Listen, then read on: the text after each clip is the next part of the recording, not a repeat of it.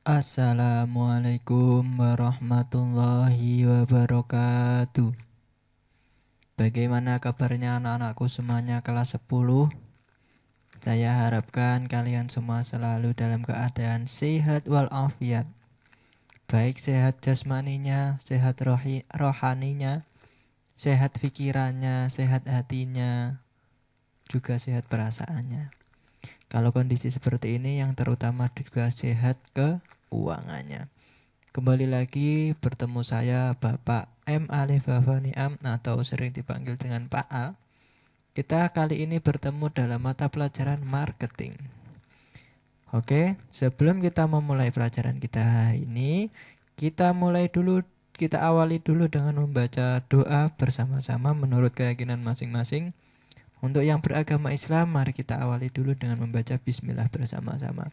Bismillahirrahmanirrahim. Nah, anakku semuanya, pada kali ini kita masuk pada bab 1, yaitu pasar dan analisis pasar. Nah, menurut kalian pasar itu apa aja? Kalau di samping sekolah kita kan ada pasar Paing, ada pasar Sentono Petek. Nah, kalau dilihat dari segi itu termasuk pasar apa ya? Terus pasar itu kalau dilihat wujudnya seperti itu, pasar itu sebenarnya apa ya? Nah, kemarin kalian juga sudah mencatat ini materinya, juga kalian sudah memahami. Saya tunggu kira-kira ada pertanyaan apa enggak, ternyata enggak ada. Nah, kita bahas sekarang. Menurut ilmu ekonomi, pasar berkaitan dengan tempat terjadinya transaksi jual beli. Berarti terkait dengan nggone wong bakulan, wong dol tinuku, jual beli. Menurut ahli ekonomi, pasar merupakan tempat bertemunya pembeli dan penjual untuk melakukan transaksi jual beli barang atau jasa. Nah, menurut ahli ekonomi ini lebih luas lagi ya. Nah, menurut ilmu ekonomi kan ya pasar is pokoknya ketemunya penjual dan pembeli untuk melaksanakan transaksi jual beli. Nah, kalau ahli ekonomi mengatakan bahwasanya pasar itu adalah tempat bertemunya penjual dan pembeli untuk melakukan transaksi jual beli. Apa yang ditransaksi jual belikan berupa barang atau jasa. Oke, sampai sini ada yang dipahami? Next, fungsi pasar. Jadi pasar itu manfaatnya apa saja, fungsinya itu apa saja. Yang pertama ada distribusi produk. Distribusi itu apa aja?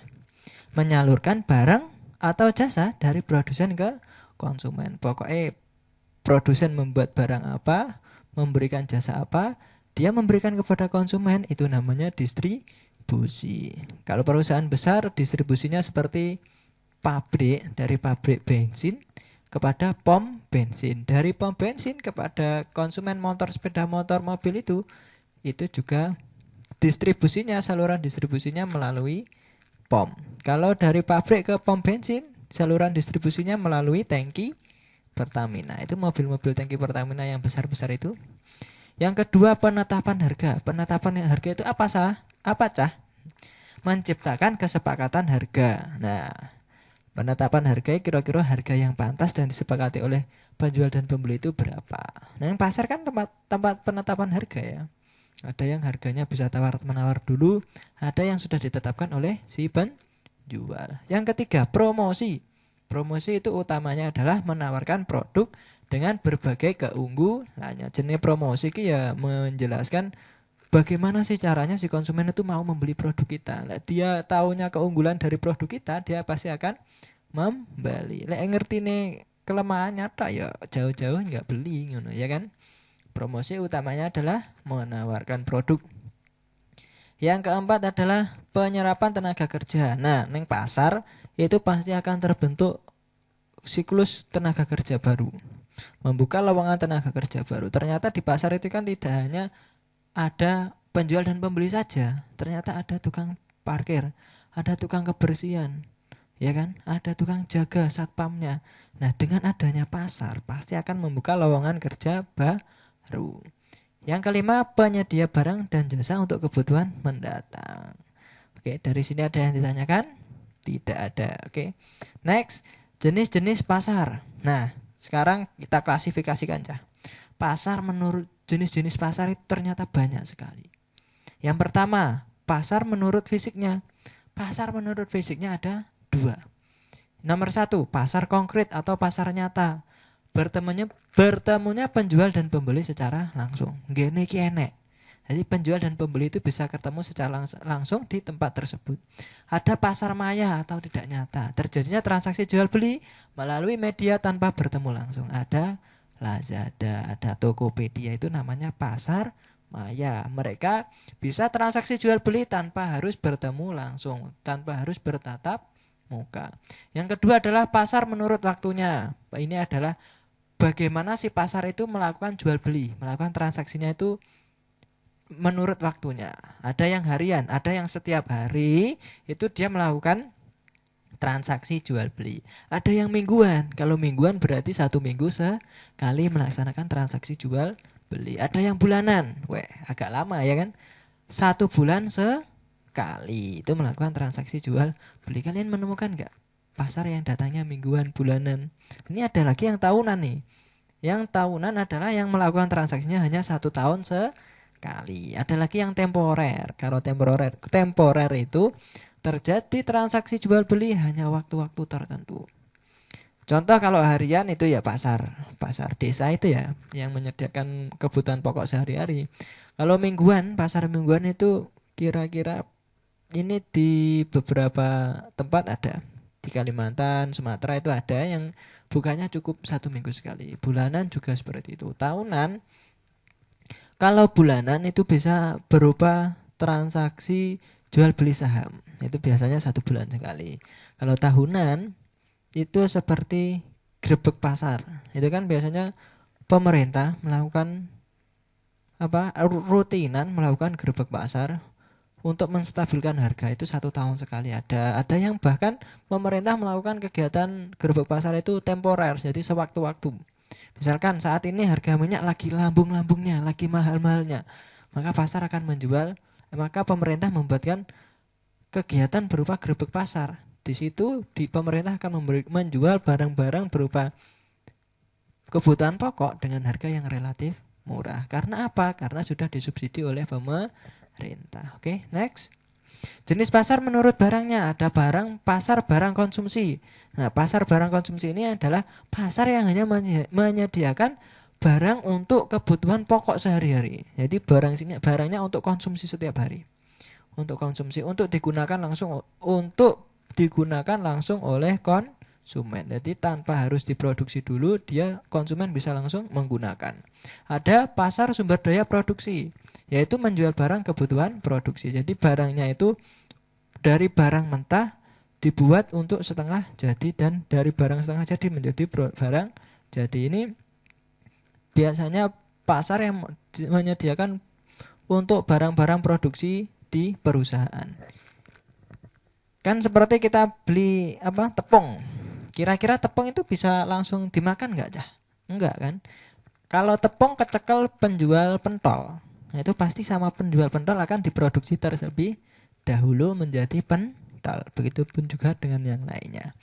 Pasar menurut luas kegiatannya. Pasar setempat, pembelinya hanya penduduk setempat. Biasanya ini pasar desa. Di tiap desa kan ada pasarnya ya. Biasanya ada 1 desa itu 1 pasar. Ada yang 3 desa pasarnya cuma 1. Itu pasar setempat. Pasar daerah pun juga seperti itu. Pasar daerah itu cangkupannya biasanya beberapa desa atau 1 kecamatan atau 1 kabupaten gitu. Seperti pasar Paing. Pasar Paing itu kan ternyata pasar kota ya. Pasar besar untuk wilayah kota Kediri. Jadi 1 kota itu kebanyakan belanjanya ya ke pasar Paing atau ke Sontono Bedek. Ada lagi pasar nasional, transaksi jual belinya mencakup 1 negara. Sekaya ngopo iki? Ya ta. Ternyata jual beli transaksi pasar nasional ini dia itu yang jual ya dari seluruh Indonesia, seluruh negara seluruh daerah dalam 1 negara. Pembelinya pun juga seperti itu. Contohnya apa? Adalah pasar saham. Pasar saham, Cah. Kalian pernah dengar nggak pasar saham itu seperti apa? Ya, lain kesempatan kita jelaskan. Jadi pasar saham itu adalah jual beli modal untuk usaha. Nah, itu kan yang beli seluruh Indonesia kan. Yang menjual pun juga perusahaan-perusahaan seluruh Indonesia. Pasar internasional menyediakan barang kebutuhan berbagai negara. Nah, ya berarti kebutuhan dari setiap negara itu kan berbeda-beda. Tapi dia juga menyediakan tersebut. Ini yang paling menonjol adalah kebutuhan terhadap gadget. Pasar internasionalnya gadget itu adalah seperti contoh utamanya Xiaomi. Xiaomi itu kan pabriknya langsung dari Cina ya. Tapi si Xiaomi ini menjual pada seluruh dunia. Oke, maka dia membuat pasar internasionalnya, membuat semua kebutuhan HP, gadget itu penyediaannya adalah pasar internasional dari Xiaomi. Pasar menurut bentuknya. Yang pertama ada pasar persaingan sempurna. Terdapat banyak penjual dan pembeli serta mengetahui kondisi pasar. Nah, kalau pasar persaingan sempurna, bakule ki yo akeh, sing tuku yo akeh. Dan podo-podo ngerti kebutuhan pasar itu seperti apa. Contoh, ketika ada konser misalkan, ada jaranan misalkan.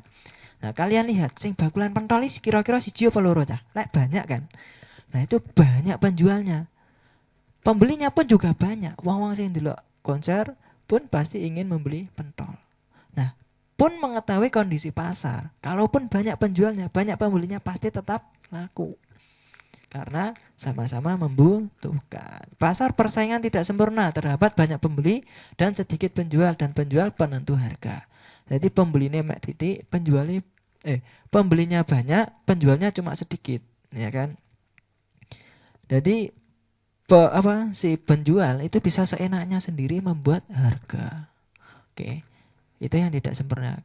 Terus ada lagi pasar menurut pembentukan harga. Ini ada banyak ini jenisnya, ada 7. Yang pertama ada pasar persaingan, harga kesepakatan penjual dan pembeli. Pasar persaingan itu pasar yang menyediakan harga. Harga itu kesepakatan di antara penjual dan pembeli tersebut. Penjual dan pembeli, harga kesepakatan. Ada pasar monopoli dikuasai oleh satu produsen. Di Indonesia itu ada pasar monopoli, contohnya ini kan PT KAI. Kira-kira PT KAI ini seluruh Indonesia ada satu apa banyak? Hanya satu. Walaupun kereta api di seluruh Indonesia ada banyak. Tapi perusahaannya cuma satu, PT KAI. Ada lagi pasar duopoli, hanya terdapat 2 produsen dan pengusaha. Hanya terdapat 2 produsen dan penguasa harga adalah keduanya. Jadi misalkan satu negara, satu wilayah itu hanya terdapat 2 produsen saja. Jadi si 2 produsen ini akan menjual produknya harga berapapun ya terserah sedia gitu ya. Ada pasar oligopoli.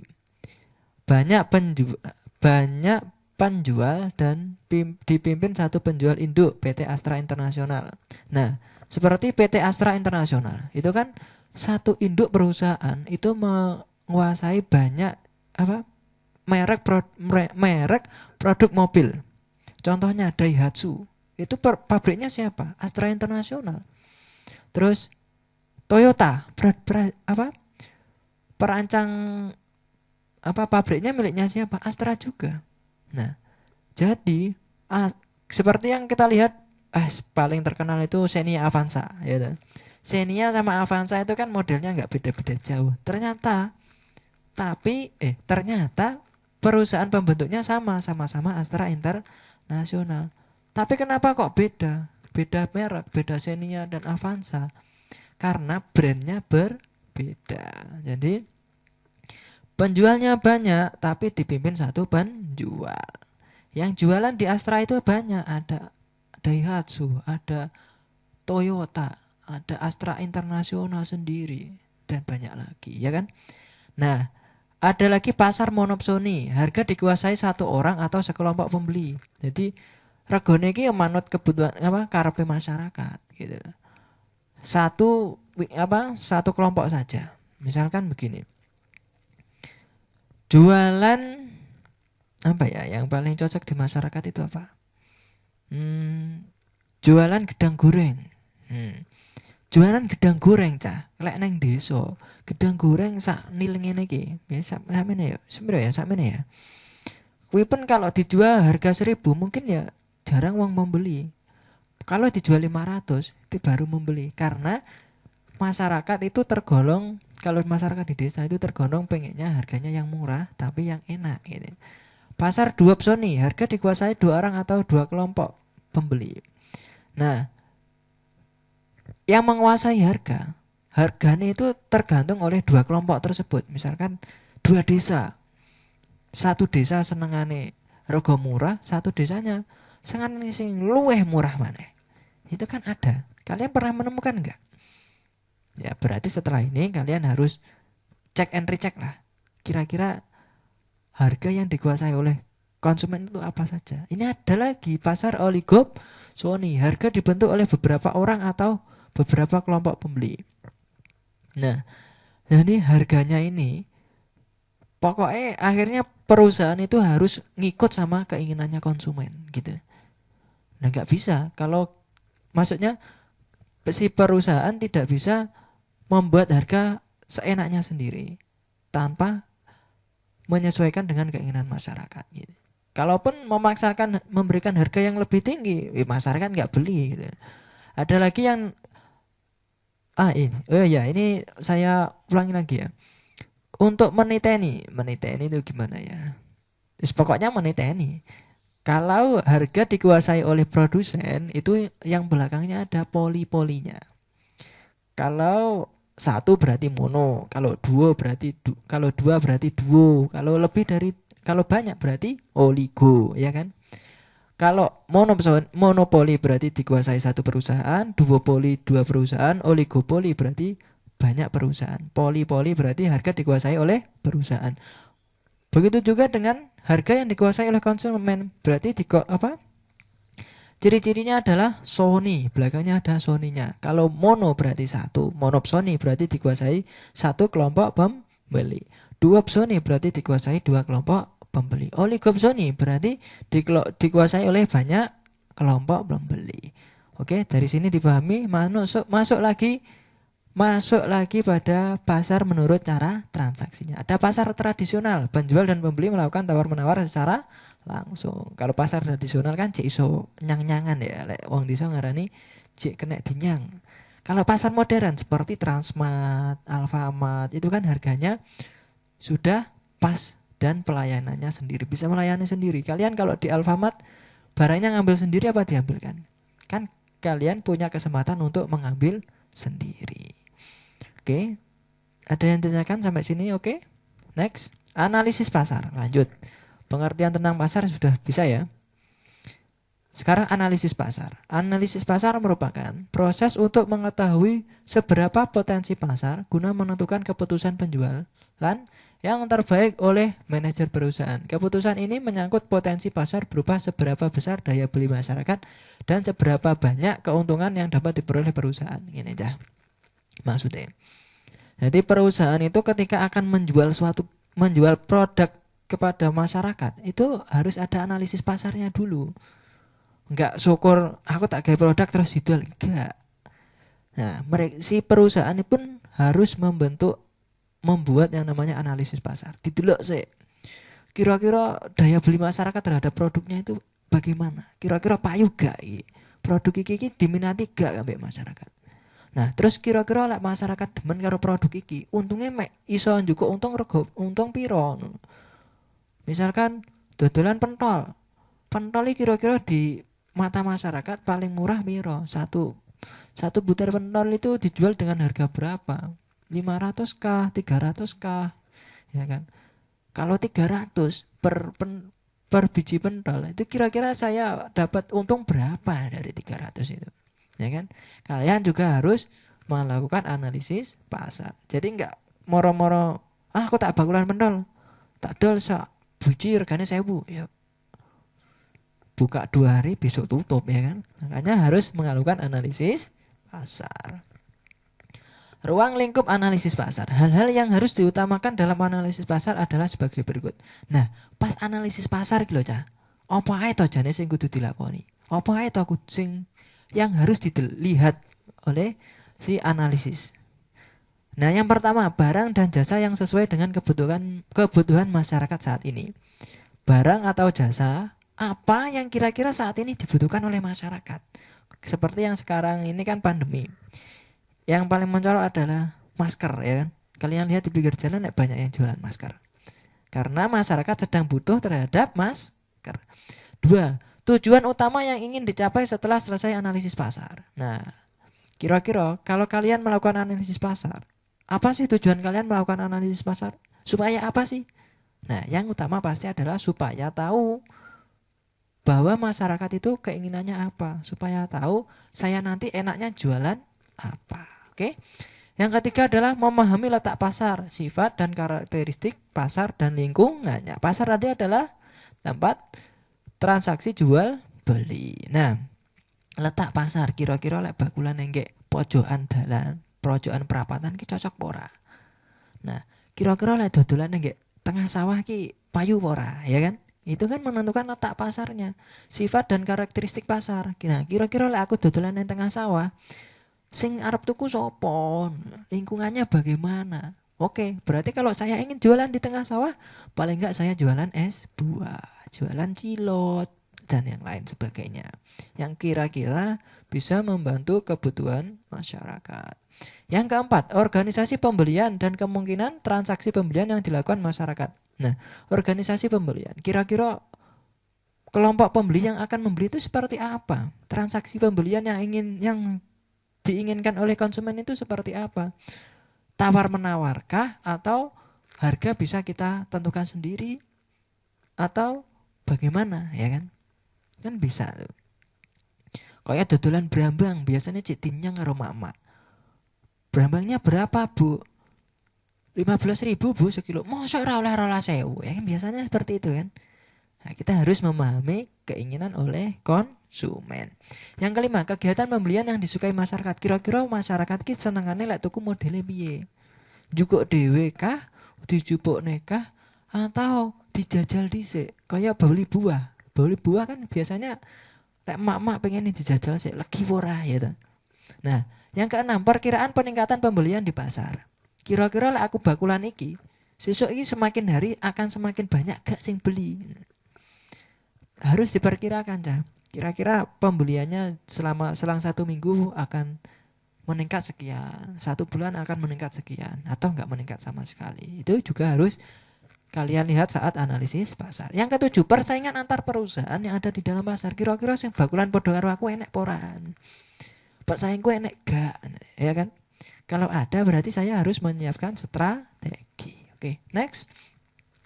Langkah-langkah analisis pasar. Baik. Langkah-langkah analisis pasar. Yang pertama adalah menentukan pasar yang relevan. Manajer terlebih dahulu membuat batasan produk apa yang sesuai dengan permintaan pasar, serta menggambarkan kriteria pembeli dan transaksi pembelian yang paling diminati masyarakat. Wes ngene ya, penake menentukan pasar relevan. Kira-kira kamu itu membuat batasan. Aku ingin jualan. Jualan dalam apa? Jualan yang produknya berupa produk kebutuhan sehari-hari atau kebutuhan tersier, kebutuhan sekunder. Kalau kebutuhan sehari-hari, contohnya saya tak bakulan kebutuhan pokok mak-mak masak, bakulan brambang, bakulan bawang. Terus pokoknya yang lingkupnya kebutuhan sehari-hari. Cocoknya bakulan brambang bawang, atau cocoknya bakulan lombok, atau cocoknya bakulan beras gitu ya kan. Itu adalah menentukan dulu lingkupnya. Lingkupnya itu seperti apa, pengennya apa, ya kan. Yang kedua, menganalisis permintaan primer. Permintaan primer itu permintaan utama, mengidentifikasi pembeli yang ada, memahami karakteristik pembeli, serta menganalisis seberapa besar kesediaan konsumen untuk menggunakan suatu produk dan kemampuan konsumen untuk membeli produk. Kalian tuh harus tahu, delok enca, konsumen utamamu terhadap produk yang kamu jual itu nanti itu apa. Misalkan kalian menentukan apa tadi kan pasar relevannya, menentukan batasannya adalah kebutuhan pokok sehari-hari. Kira-kira yang membeli itu siapa? Nah, kalau sudah tahu pembelinya, misalkan kalian tahu kebutuhan sehari-hari yang pasti belanja adalah emak-emak. Karakteristik emak-emak itu seperti apa? Senengannya ngenyang. Berarti kalian harus memahami. Berarti kalau ada emak-emak yang ngenyang, kalian harus menyiapkan strategi. Serta menganalisis seberapa besar kesediaan konsumen untuk menggunakan produk tersebut. Kira-kira lek wong tuku brambang, sedina ki entek sepiro wong masak nggawe brambang ki. Nah, kesediaan konsumen untuk menggunakan. Nek brambang pasti kepake ya kan. Serta kemampuan konsumen untuk membeli produk. Kira-kira sehari kira-kira emak-emak itu membeli berambang itu untuk jangka 1 minggu sekali kah? Atau setiap hari beli berambang? Nah ya kan, kira-kira dia itu mampunya itu beli untuk 1 minggu sekali atau 1 bulan sekali, atau belinya langsung sekilo, belinya cuma dua on gitu kan. Kalian harus menganalisisnya, mencatatnya dulu. Yang ketiga adalah menganalisis permintaan selektif. Manajer harus memahami lebih dalam terhadap permintaan konsumen. Perhatian harus terfokus pada proses konsumen mengambil keputusan pembelian, situasi pemakaian produk, dan penyebab konsumen berhenti menggunakan produk. Manajer juga harus mempersiapkan alternatif pemecahan masalah yang paling efektif dan terbatas. Hal ini untuk memecahkan masalah yang bersifat rutin dan kelayakan produk. Nah, permintaan selektif itu, Cak. Kalian itu apa? Si manajer yang menganalisis pasar itu harus memahami permintaan-permintaan yang kira-kira di luar dugaan. Misalkan seperti tiba-tiba ada emak-emak yang membeli langsung banyak. Terus tiba-tiba emak-emak itu malah terhadap kamu. Mungkin karena pelayananmu, mungkin karena produkmu wis rodok lawas, ya kan? Kamu harus memahami seperti itu. Kira-kira wong-wong iki berhenti menggunakan brambang itu karena apa? Atau karena gara-gara ada brambang yang bubuk atau karena apa, ya kan? Kalian untuk menghadapi masalah yang seperti itu, kalian juga harus mempersiapkan alternatif pemecahan masalahnya aja. Kira-kira terjadi masalah seperti ini, alternatif pemecahan masalahnya seperti apa? Kamu sudah harus siap. Karena permintaan selektif itu tidak rutin. Tiba-tiba ada, tiba-tiba enggak ada. Permintaan ada, tiba-tiba enggak ada gitu. Oke, bisa di next, bisa dipahami semuanya? Next. Menetapkan segmen pasar. Setelah manajer memahami banyak hal tentang hasil analisis pasar di tahap sebelumnya, kini saatnya memutuskan segmen pasar yang sesuai dengan dan sangat menguntungkan. Segmen pasar yang dimaksud adalah tentang produk yang dijual, konsumen yang dipilih untuk membeli produk, dan alternatif pemecahan masalah yang dapat diambil. Nah, dari lingkup kebutuhan sehari-hari, di tahap keempat ini kalian harus sudah menentukan satu produk yang akan kalian jual. Contoh adalah sayuran. Misalkan di segmen pasar ini kamu memilih produk sayuran, saya tak jualan sayuran. Konsumen yang dipilih pasti kalau kalian jualan sayuran, konsumen yang kalian pilih siapa? Pasti emak-emak. Terus alternatif pemecahan masalah, kira-kira kalau sayur ini tidak habis dalam 1 hari, enaknya diapain? Di freezer kah atau cukup dimasukkan apa? Lemari es, lemari pendingin, atau kalau nggak habis sehari langsung dibuang atau disedekahkan ke orang lain? Nah, itulah alternatif pemecahan masalah yang harus kalian siapkan. Menilai persaingan. Kamu sudah memilih satu perusahaan, memilih satu produk untuk dijual berupa sayuran. Nah, yang kelima ini adalah menilai persaingan. Kira-kira ada gak sih yang akan menjual sayuran di tempat yang sama? Nah, kita baca. Manajer menilai produk atau mereknya dibandingkan dengan tawaran perusahaan lain. Manajer juga harus memahami persepsi konsumen terhadap produk pesaingnya. Setelah itu, manajer harus segera bertindak dan mengambil keputusan untuk mengatasi persaingan. Nah, dalam lingkup 1 RT kalian, ini kita asumsikan bahwa kalian adalah sudah memilih segmentasi pasar berupa jualan sayur. Nah, di tahap yang kelima ini, kira-kira nanti kalau kamu jualan sayur, dalam satu wilayah kamu itu ada enggak sih yang jualan sayur?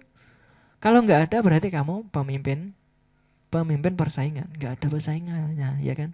Nah, kalau tiba-tiba tetanggamu yang gak jauh jualan sayur lagi, nah kamu enaknya gimana? Ya kan? Kamu harus siap menghadapi pesaing tersebut. Kira-kira kalau dia juga jualan sayur, saya juga tetap jualan sayur, tapi saya siap menyediakan sayur yang fresh setiap saat.